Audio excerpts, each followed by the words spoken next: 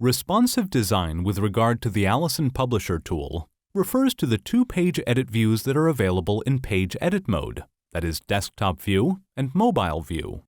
The two tabs at the right-hand side of a page can be selected for mobile view or for desktop view. The default setting in page edit mode is desktop view. The Preview tab on the top left-hand side of a page shows the page in desktop view by default. There is no preview mode for mobile view. It is important to have mobile view in page edit mode, as learners may view the published course on a smartphone or tablet computer. Mobile view shows the publisher what the page layout looks like on a typical smartphone. Notice the difference between desktop view and mobile view. In mobile view, the page is much narrower and the images appear smaller. Also, a scroll bar has to be used to view the entire page. The text in mobile view spills below the red line.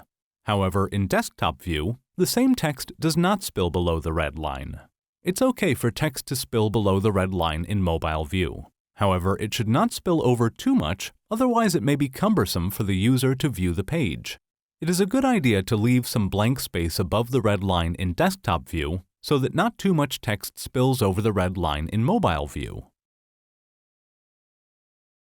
Notice the vertical and horizontal tabs in desktop view appear as accordion-style tabs in mobile view by default. This is because there is not enough room in mobile view to accommodate vertical and horizontal style tabs. The default view for all tabs in mobile view is accordion style. Notice how the text table and modal scales down in mobile view so that the text can be read.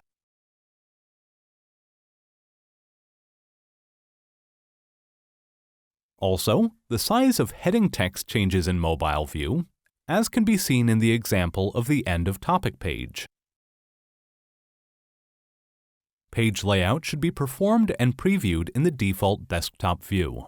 However, it is recommended to test pages in mobile view to see how the page appears. If something looks bad in mobile view and needs to be changed, you can make the changes in mobile view.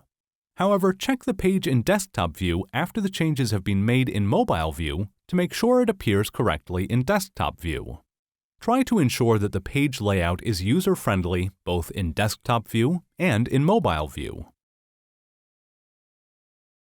This concludes the video tutorial on response design in the Alison Publisher tool.